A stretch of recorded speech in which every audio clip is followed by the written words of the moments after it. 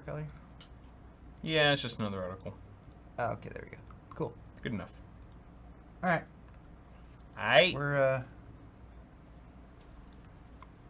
We're doing it. We're doing the thing. We're live. We're live to both? Yeah. Hell yeah! Welcome, everyone, to Awesome Hardware, episode 169. Woohoo! 69. Thank you very much for being here. This is Side B.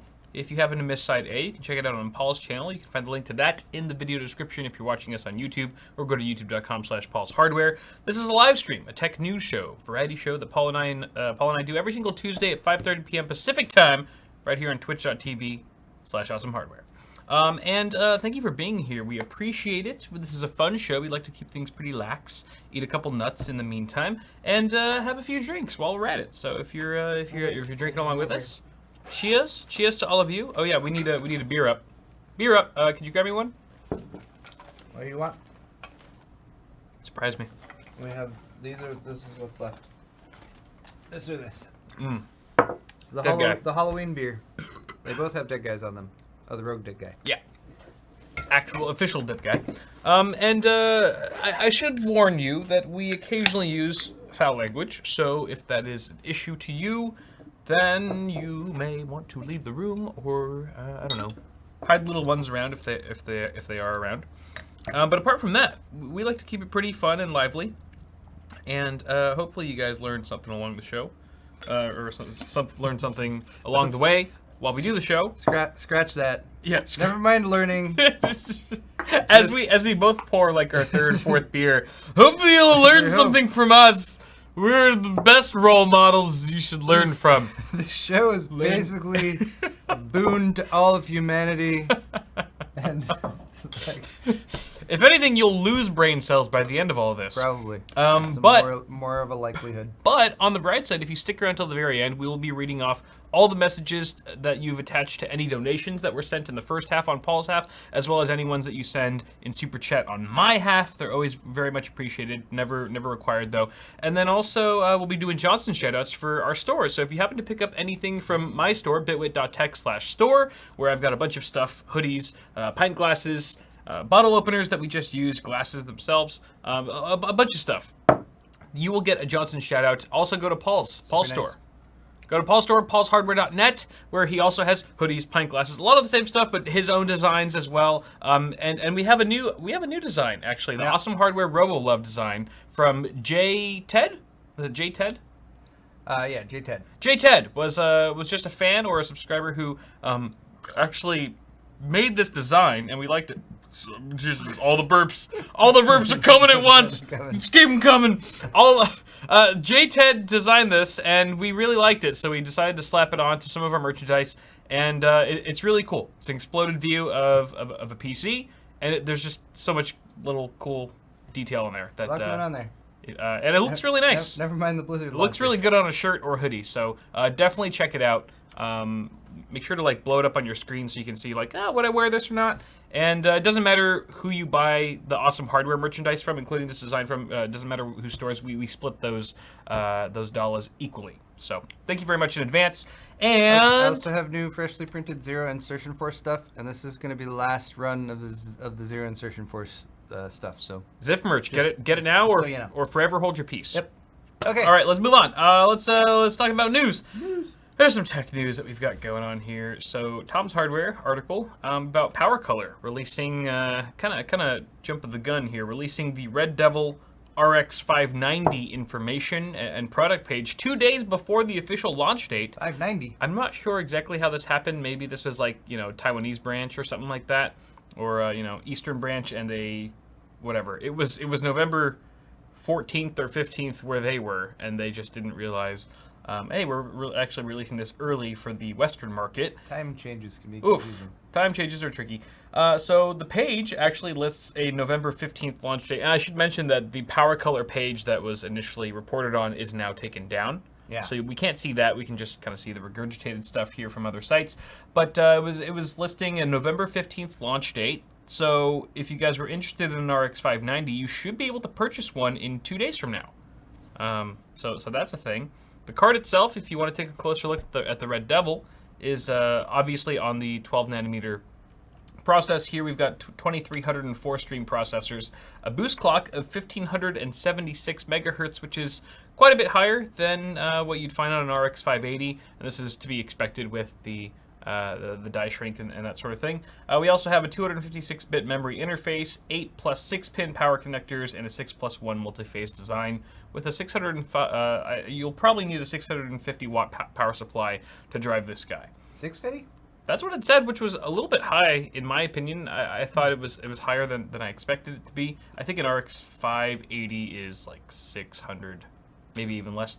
So I'm not exactly sure. I mean, you know, obviously with higher clock speeds, you might generate more heat, but you should also be more power efficient, you would think, with the die shrink that way. So it could also be technical error or typo or whatever on the website. They also bring factory overclock. According to the rumors, the frequencies are significantly higher, especially if you compare them to like what the 480 was originally shipping at. Oh yeah, 480. Man, when did the 480 come out? Like 2 years ago. 2 years? Yeah. A little over 2 years ago. Yeah. So yeah. But Power Color has not been the only ad and board partner to sort of leak some of these photos here. We also have ASRock's RX 590 Phantom X OC, which has been pictured, courtesy of overclock3d.net. And it says that the PCB and the cooler seem to be pretty identical to the their RX 580 Phantom Gaming X models. So nothing terribly new here, and you know it's still more or less the same kind of architecture that we're dealing with. So I wouldn't say, you know, I wouldn't expect any crazy new designs. Ad and board partners aren't going to go out of their way and create a bunch of new tooling for the RX 590. As evident is here. Single 8-pin connector, which also tells you that it's probably a little bit more low powered than the Red Devil that we just saw, which had a 8 plus 6-pin power connector configuration.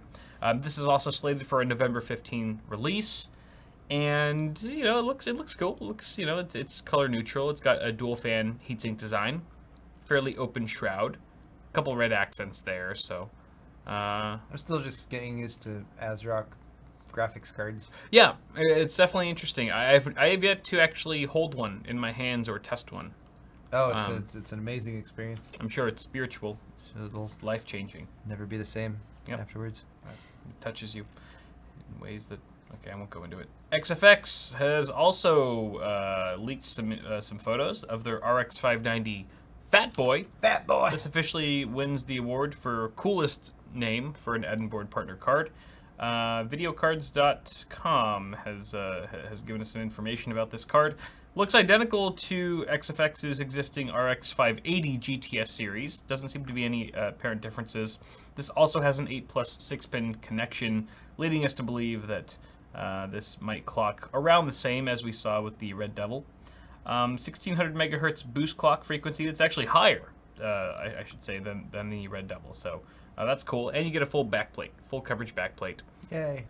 Not sure if that does any thermal dissipation for you there. Look but at that fat copper heat pipe. Too. Yeah, everything about this card is just so fat. Very fat. It's a thick boy. Super fat. All right. So cool. RX 590. You know, what you're basically looking at is maybe a 5 to 10% performance uplift. Better power efficiency, higher clocks. You're probably going to see performance that's better than a GTX 1060, but not quite as good as a GTX 1070. So somewhere in between there, but hopefully for the price, or maybe not much more than a GTX 1060. So it kind of fills the gap between a 1060 and a 1070 to some degree, for a reasonable price. I think right now, though, you know, as price. What's the price? We're talking about price. I think 280 was. I saw 280, but I could. That was just from the article. Okay. Speculative pricing. Speculative pricing was saying 280 to 300. That's at least where it would have to fall in order to stay competitive with the type of performance that's expected of it. That sounds very legitimate. If it was outside of that range, then I don't know what AMD's really doing. And no, I'm not breaking any NDA. I have no idea what the pricing of this card's going to be. Me legitimately. No clue. So I'm just kind of spitballing here, and I thought It's probably not even. This is probably all just it's pro- just there's probably an elaborate ruse to there's convince probably no people that a there's probably graphics no card- such thing as an RX 590. You know, this is basically a unicorn that we've crafted with our imaginations. Let's see. April Fools. April Fools. April Fools came either really late or really early this year. Let's move on, though. That said, videocards.com once again came out with an article about the GTX 1060, particularly the Igame GTX 1060 UTOP V2. I don't think this is a card available in the US because I've never seen it, but perhaps overseas. And a lot of people were speculating that this card was sort of magical in a way because it featured GDDR5X memory. So people were like, wait, how does a GTX 1060 feature GDDR5X memory? Well, the truth is that it kind of doesn't. That's not actually the case here. Instead of rather a GTX 1060, this is really using a GP104, a cut down GP104 GPU, which is found on the GTX 1060. That's, you know, I'm sorry, 1080. 70 and 80. 1080, sorry, that has as few as half of its cores completely disabled. So it's almost like they had like a weak batch. NVIDIA had a really weak batch of GTX 1080s or GP104s, I should say. And they're like, you know, we shouldn't probably use this for our 1080s. And so they're like, hey, we could just allocate this for our, you know, a GTX 1060 and brand it with a GTX or actually have GDDR5X memory attached to it. So that's kind of cool. It's also kind of weird because the card still has SLI fingers on it because it's the same PCB as the GTX 1080. I wouldn't think that you could still SLI. They've probably disabled that somehow. They probably lasered that off or something like that. But it's also kind of weird because there's dual 8 pins. Have you ever seen dual 8 pins on a GTX 1060? No.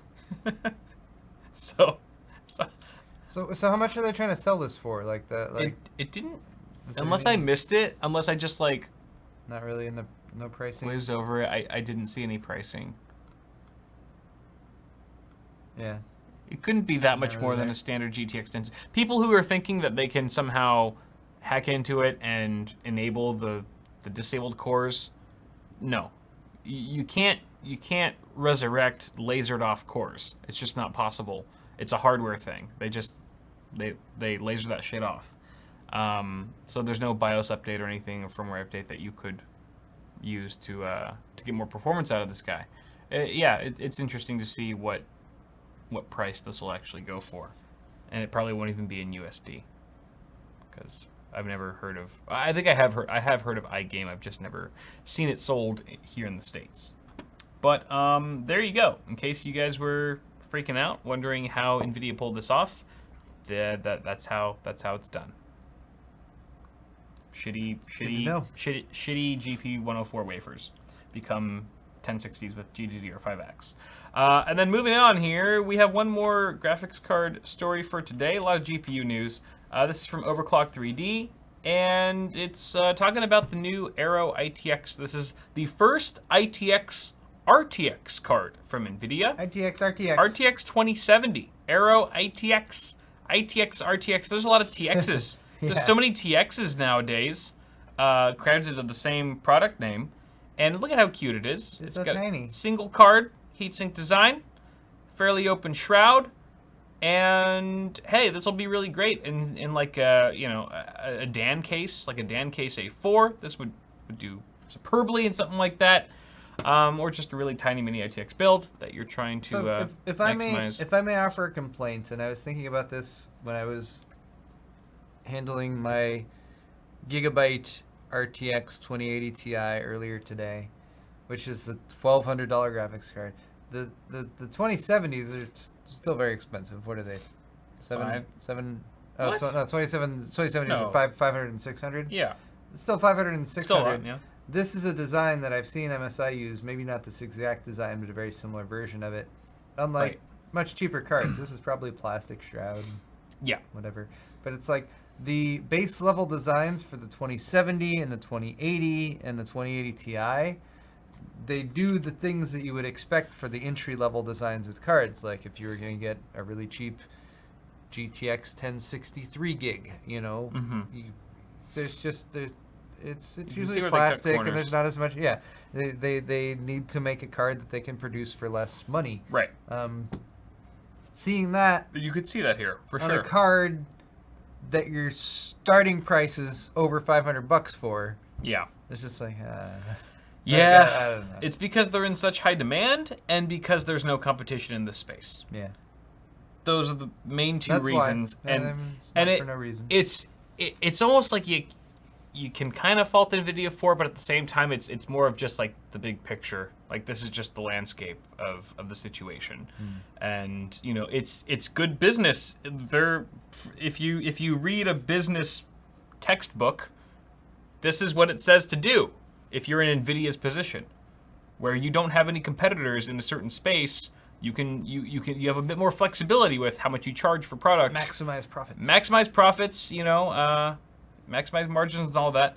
Lower overhead. So, yeah. And I feel like this is going to appeal to a very niche market anyway. Someone who's looking for a small, tiny little systems, trying to be lightweight and you know, small footprint as possible. What's unfortunate about this particular card is that it looks like it is not factory overclocked from any markings that we can tell on the box, which means that it's probably going to be, it's probably going to underperform compared to the Founders Edition RTX 2070, which is more common. But that would also mean if it is shipping at those base clock speeds, that they could sell it for $500, the lowest price that you're allowed to sell 2070 for. True. Yeah. But the restrictions are you have to. So that would also mean that we use the not -A version of the GPU. Yep. So yeah. And you could still overclock it and stuff, but hopefully you know they would sell it for. I think this article also mentioned that we're expecting this card to come in as far as pricing is concerned at the low end of the RTX 2070. So you know you kind of get what you pay for. It kind of balances out there. The other thing was there's no display link. Some people will care, some people won't. No display link on the Rear I/O for VR. Oh. So if you were planning to connect a next-gen VR headset, this isn't an issue now because even current-gen VR headsets don't have that yet. But if you were planning to upgrade to something later down the line, you want to do some VR with this card, which would make sense for like a mini ITX build, right? Like a mini portable VR system, that'd be kind of cool. You can't. You won't be able to, I should say. It doesn't apply now, but it's a shame because that's something that most of the 2070s have.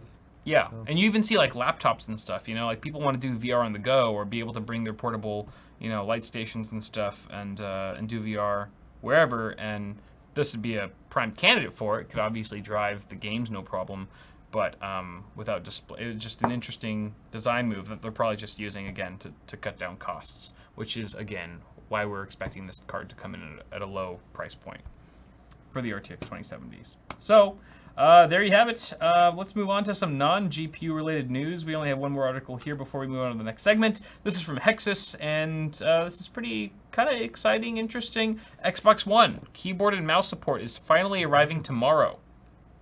It's fun. If you're watching this on live, if you're watching us live right now, or the day of upload, which is November 13th, November 14th, tomorrow is when Xbox One players will be able to play certain titles with full support with keyboard and mouse, including Fortnite. You notice there's a mouse cursor in this video? Where? Right there. They couldn't have dragged it off? Right? Come on, IGN. This must have been captured from something. Oh, IGN, you're slipping. They left the mouse cursor right there. 0 out of 10, IGN. The whole thing. Come on. That's just kind of Oh my gosh. mouse cursor. Okay. I shouldn't say anything. I shouldn't say anything because I've made stupid mistakes like that. Funny. I'm not one to talk, but that's funny. All right, so you know, of course we favor PCs here. Not gonna lie, that's pretty obvious. But anything that we can do to help the gaming consoles get closer to a PC-like experience, I feel like I'm all for it.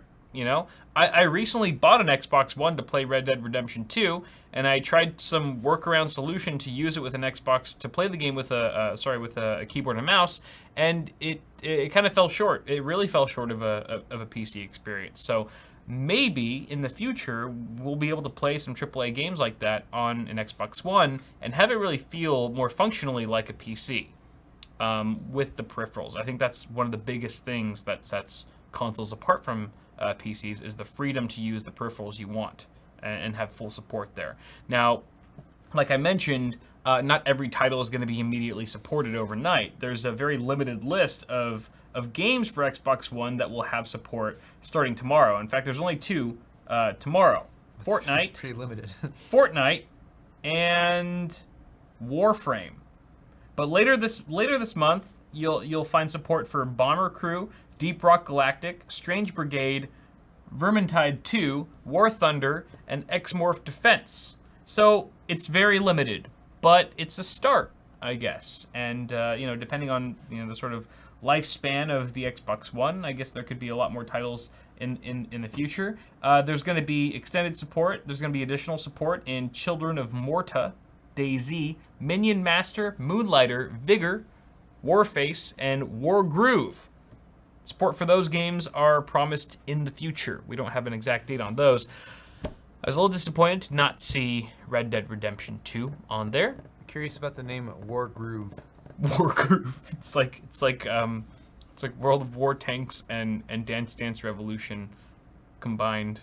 You got to dance in order to make your tank shoot, or evade an incoming barrage. Dance Wargroove. It's like combines death and violence and war with dance and upbeat modern hip hop exercise. You're developing this game? I'm That sounds exciting. Low key one of the developers for this hot and exciting and highly anticipated title. Okay, so this is cool. This is also one of the reasons why I decided to buy an Xbox One for RDR2 instead of a PS4 was because I saw that Microsoft was making this kind of push to make their platform a bit more similar to a PC. Did you get the One X? I did. Okay. I got the One X, so got a bit more hardware in there, more native support for 4K in certain games and things like that. And I noticed that they were including things like FreeSync. Did they add FreeSync yet? I know that they were reporting to. They were trying to add FreeSync. I don't follow the platform. console space closely enough, but I know I just know we talked about it on the I've show heard once. of some stuff about them adding FreeSync support because they do have AMD GPUs and everything in there, which I believe are capable of supporting it. I don't know if it needs to be implemented on a per game basis or not. Right. But it just seems like Xbox One X or Xbox One is trying to push the boundaries for. Mr. Slick One says the Xbox does have FreeSync. Yeah. Okay. So I think because I saw I was like, oh, this kind of is trying to mimic a PC experience a bit more than says you need PS4. You need a FreeSync HDMI display, so you need a of course display that supports FreeSync over HDMI. Sure. Of Think course. so. So at any rate, it's kind of exciting if you are an Xbox One owner and you like keyboard and mouse. The best keyboard and mouse experience on Xbox One will be available through Designed for Xbox mice and keyboards. So this is where it gets a little So there's going to be certain peripherals that you can use that will be optimized for Xbox One X. It's not like any keyboard and mouse you can just plug and play and it's going to be amazing. We don't know exactly how just any old keyboard and mouse will behave with an Xbox One, but there will be Designed for Xbox mice and keyboards that will come equipped with a dedicated Xbox key. So that Xbox button that's on the gamepad. Certain keyboards and mice will have that button on it. Is that what that little circle is right there? That might be. It could be. Or actually that's one of their existing. That's a Razer Turret keyboard. That's an existing lap board. Oh. So the article Hexus is speculating that whatever we'll take cues from the Razer Turret. Yeah, whatever exclusive design that Razer comes up with that they'll be revealing at CES next year in January, will probably take some cues from their existing Razer turret lap board, which is used for, optimized for the living room, being able to put on your lap and stuff like that. So, yeah, Razer seems to be right now or at least it was funny. According to this article, Razer was the exclusive, partner for designing peripherals that would be compatible with the Xbox One.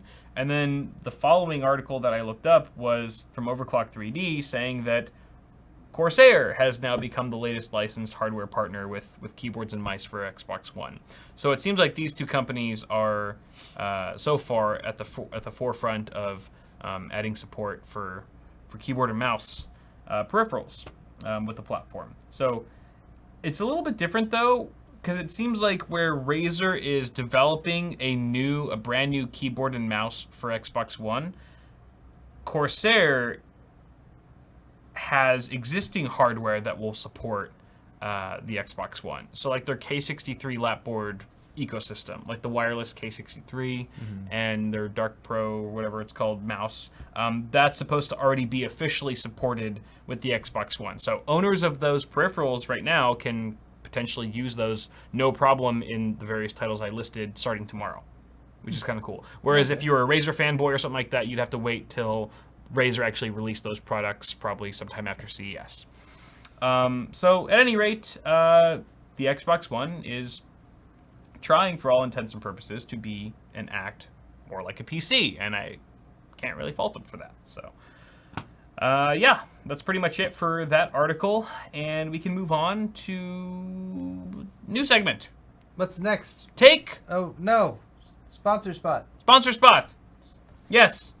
Thank you very much to Toshiba for sponsoring this episode of Awesome Hardware with their new SSDs. This is the RC100, their NVMe drive, which is a 240 gig capacity. That was the one we have here. I shouldn't even know the box because I already know there's no SSD in here. Only because I've already used it for a personal build of mine, instilling, which is a true testament to how much faith and trust I have in these drives, using their BIC CS flash, made in-house. It's a cheaper drive. Its price per gig is insanely good, and you get still some relatively good performance out of these. What do you have over there? That one will do over 1,000 megabytes per second reads and writes. It's like 1,500 and 1,000 read-write, I think. It might be listed on there. I know it's over 1,000. It's not, for both. though. It's not? No. I know it's over 1,000 for both. So, yeah. It's a nice balance between, like, it's a good step up over what you get with the standard SATA performance, but it's, it's not as high as the crazy high-end stuff that costs 3 times as much. This is the TR200, which is a little 2.5-inch SSD, available in 240 gig, 480. I think there's also a 960 gig version of this, and you will almost always find this at the in a very competitive range when it comes to price per gigabyte for SSDs. So there it is, TR200. I'm sure this sticker is also very easy to just kind of easily heat gun off if you wanted to give it a clean silver finish beneath that too. Yeah. If you're not the finish going is really for nice. a green and black build, you got that option. Aesthetics. So guys, there's links to these in the description, right? In yours? Did you do that? As soon as I copy and paste them from your video. Kyle will be doing that. We're so on top of things. See, if you copy and paste from my video, then they'll be my links. Yeah, just use because I updated them. I'm just gonna use yours anyway. Okay, that's fine. All right. Yeah, thanks to Toshiba for sponsoring Awesome Hardware. What do we got next? I don't know. It's your half of the show. I'm pasting your links. Give me a break. Okay. What's on the? Oh, you know what's great is that because of the Twitch delay, Sword fight. they won't even have. By the time they look at the description, they'll all be there. It'll be there. You're right. Of course. Perfect. It's Take my already money. there. Take my money is next. Take my money. All right. I need to update the lower thirds for it though. Yes, you certainly do. I it over. You slacker, you. Take. All right. Take So my money. this new segment. I feel like I've done a segment similar to this in the past, but I don't know if I just lost the official name.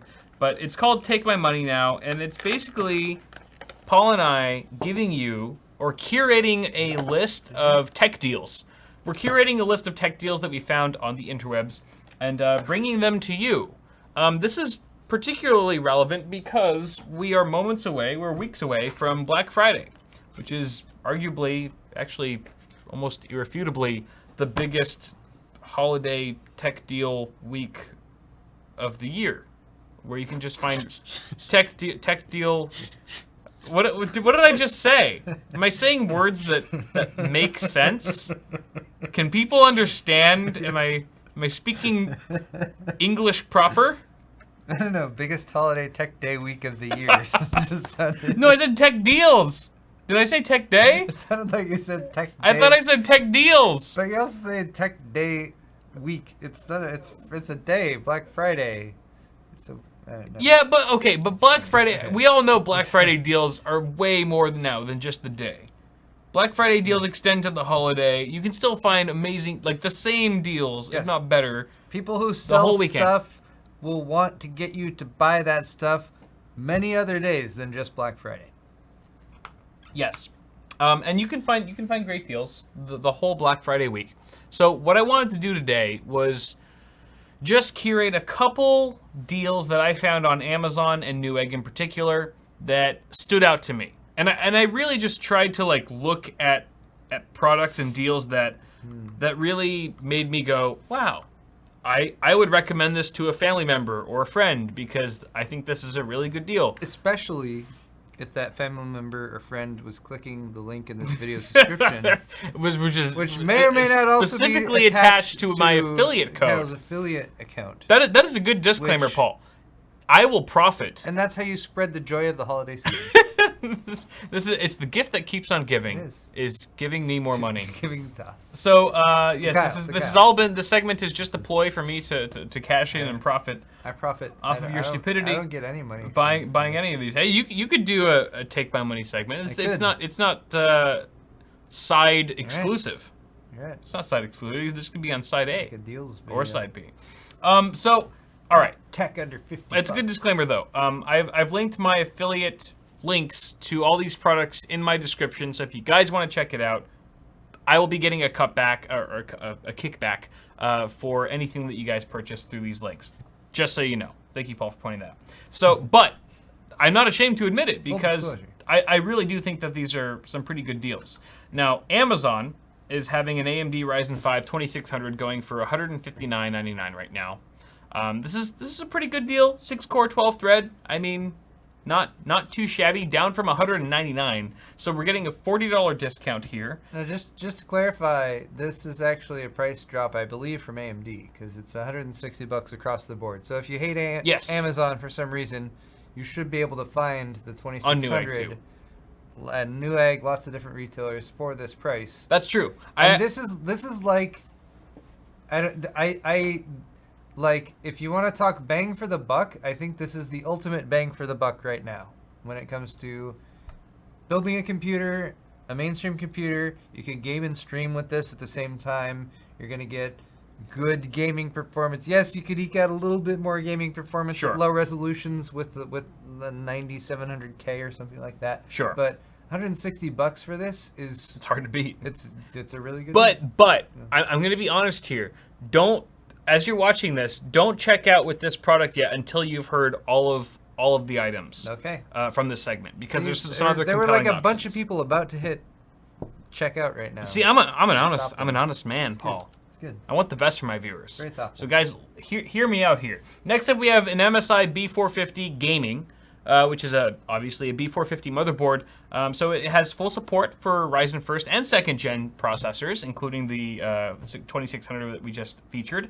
$97, down from what, 129? So $33 off. 130. $33 off doesn't sound like a whole lot, but when you're talking about a product that's starting at 129, that's actually a large percentage that's just been lopped off the top.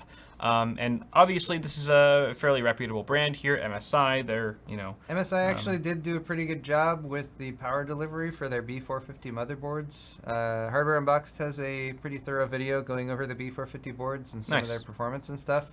The Tomahawk here, actually, if you guys are also interested, is the one that they recommended, that Steve recommended. I used this just recently in a build. It's only I like their Tomahawk boards It's only a lot. $5 or $10 more. It's got a bit more of a neutral color scheme. It's all gray and black. and you can actually overclock or power like an 8-core AM4 processor with this board. Ooh, Pretty nice. high, and it's only 106. So there's some slight differences between the two boards, but I think you'd be happy with either one. But consider either of those. Heck yeah, definitely. And then also we have a SSD lineup for you guys. There's a 1 terabyte WD Blue. This is a SATA 3 base drive, 2.5 inch drive. 1 terabyte for $140, 139 for a single terabyte. For a whole terabyte. That's so nice. I'm so glad SSD prices have dropped back down. Yeah, that's down from 190, guys. 139. I mean, deal. I guess there's always I feel like there's pros and cons to waiting for Black Friday deals. On one hand, like you could get some amazing deals. At the same time, it can be kind of stressful, and I feel like there's such limited quantities for some of these like far out amazing deals that you kind of have to line up like at the front door, the digital front door, just like you do at like a shopping mall or a Best Buy or something like that. This is gonna be my benchmark because SSD prices are something I watch closely. I like higher capacity SSDs, 2 terabyte ones and stuff. Definitely. $140 for 1 terabyte. Yeah, I think that's, and this is it's good like a one, too. no-brainer. 560 megabytes per second sequential write speeds, Yeah. 530 megabytes per second WD makes some sequential reads. phenomenal SSDs. There's no, They're game changers. you're not gonna find like anything faster that's a SATA SSD. than Right. this. So cool. 140. All right. What's next? Yeah, definitely. Next up, we have another SSD actually. The 256 gig Silicon Power SATA 3 2.5 inch drive. Okay. This is a great boot drive option. So if you want to like the WD Blue was great if you want to like store all your games on it. Like a 1 terabyte is pretty good for a Steam library.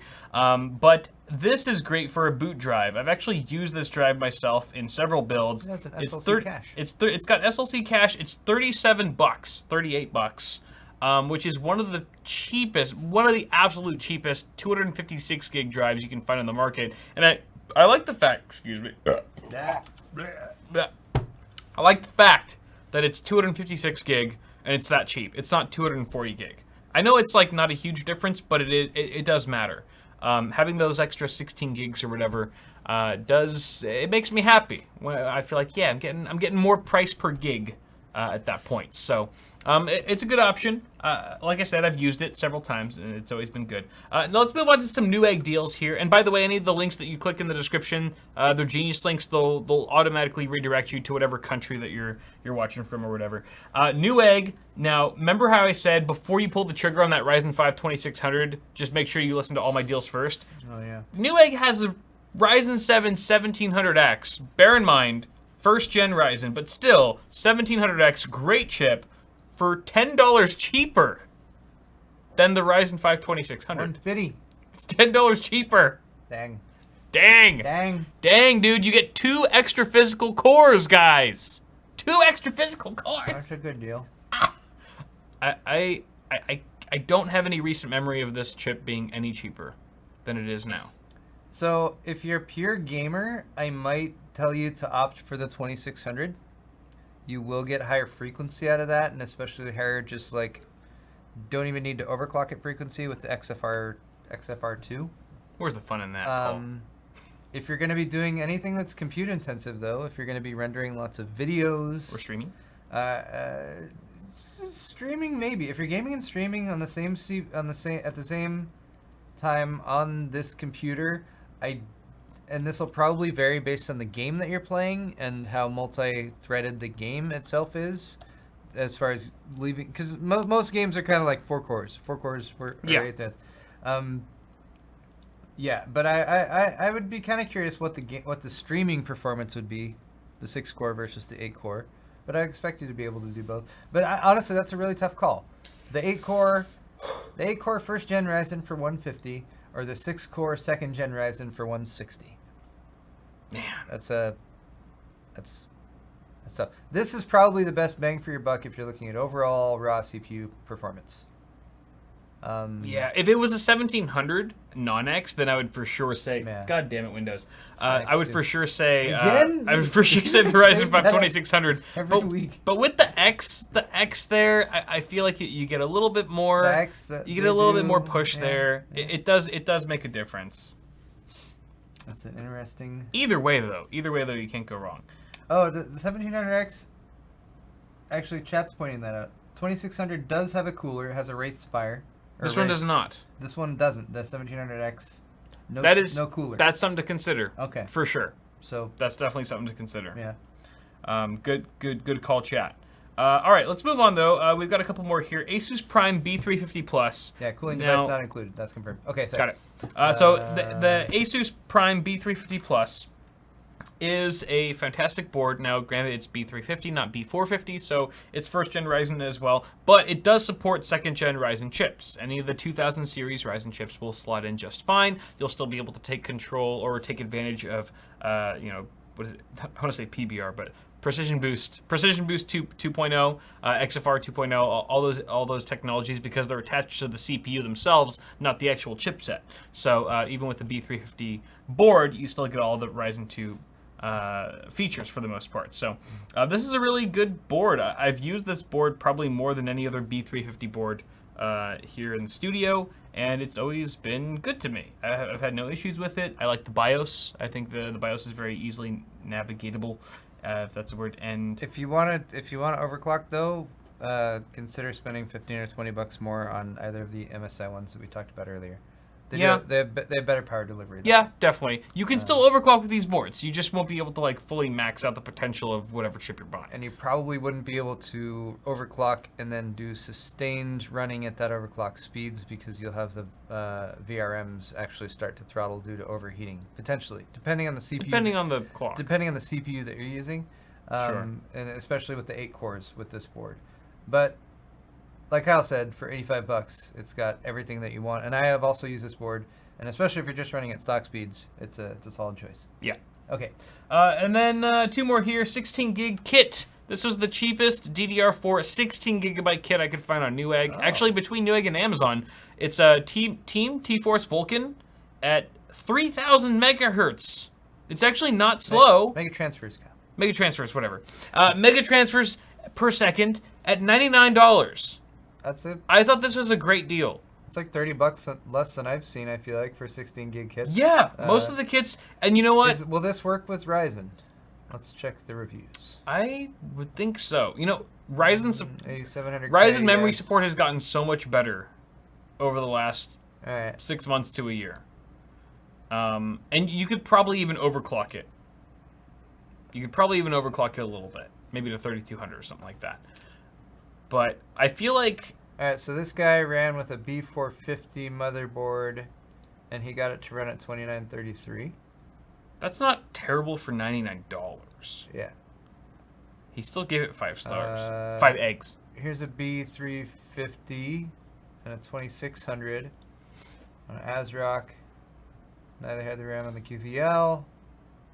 Went to a straight stable 3000. All right, so like this is people when I'm looking at memory, and it's memory that maybe isn't on QVL lists for Ryzen in particular, I would expect this to be pretty compatible with Intel, because Intel's a little bit better about memory Sure. support. But for Ryzen, if you want to plug it in and run it at 3000 speed, which is a good speed to run Ryzen at, you kind of want to double check. So you might be a little bit more hit or miss.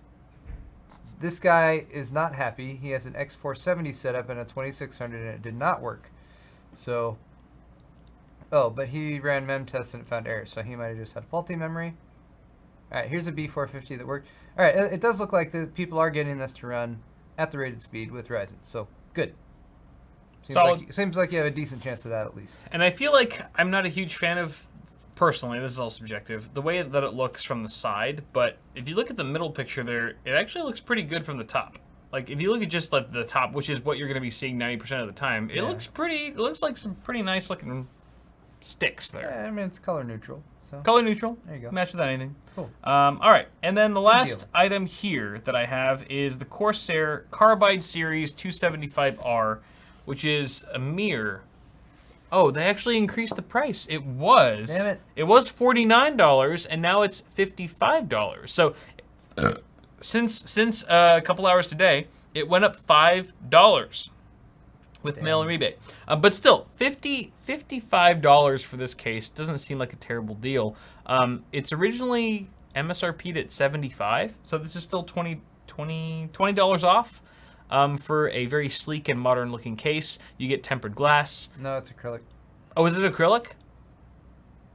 Black acrylic window. Ah, damn it. Yep. All right. So if you're okay with acrylic, then sure. But honestly, I thought it was tempered glass. I didn't see that. At least it's got a power supply basement. If you want something that's a little bit more, especially with $5 more, I would say check out the Fantex P400. Fantex P400 is going to cost you a little bit more than, $55, $65, but you can still get it for a reasonable amount. $69 right there is actually a pretty good deal. $70. $70. This one has the red accents. The P400, no. that's RGB, so you can change that. Black, red. What? Oh wait, just go with black. The black should be the same color. But it's $10 more. What? God damn it. All right, well, if you're going with a dedicated color scheme... $60 after $10 rebate, though, so... Okay. Also a solid... So depending on, how picky you are with color and stuff, you could save a $10 potentially. But the P400 is an excellent option. Tempered glass, actual tempered glass, great power supply basement, good cable management, and pretty decent airflow as well for a seemingly closed off front panel. So that is it for Take My Money. Again, links in the description below, guys. Anything that you guys fancied, go ahead and check it out. And I think my computer's frozen. It looks like the splash screen has probably been there for the last 10 minutes. So I'm going to casually reboot the computer. It's normal for a Windows update. Just no problem there. I love it. I love that's all anyone in chat's been talking about for the last however many minutes. All right, We're done with that segment. After party? So we can do after party now. So, all right. Guys, that's going to conclude my segment, or my half of the show. Thank you very much for tuning in. We're going to do an after party, so don't go anywhere. It's going to be on my channel. You can find a link for that. Not in my description. Actually, if you just go to in my description. It's in Paul's description, or I'll put the description there in like 5 seconds, and then you can check there. So refresh. Refresh. You'll have to refresh. Don't refresh yet, though. Don't refresh yet. I hate you all. Just give me a second. Oh wait, where's my video? Okay, here we go. I don't know. Boom. After party. I'm gonna list it. After party. I love doing shit live. All right. Now if you refresh now, you can go to my description. You will see a link to the after party where Paul and I will read off donation comments and shout Johnson at you. And who knows what else. I'm gonna try to play more Overwatch. He's gonna play video games. Okay. All right. Bye, guys.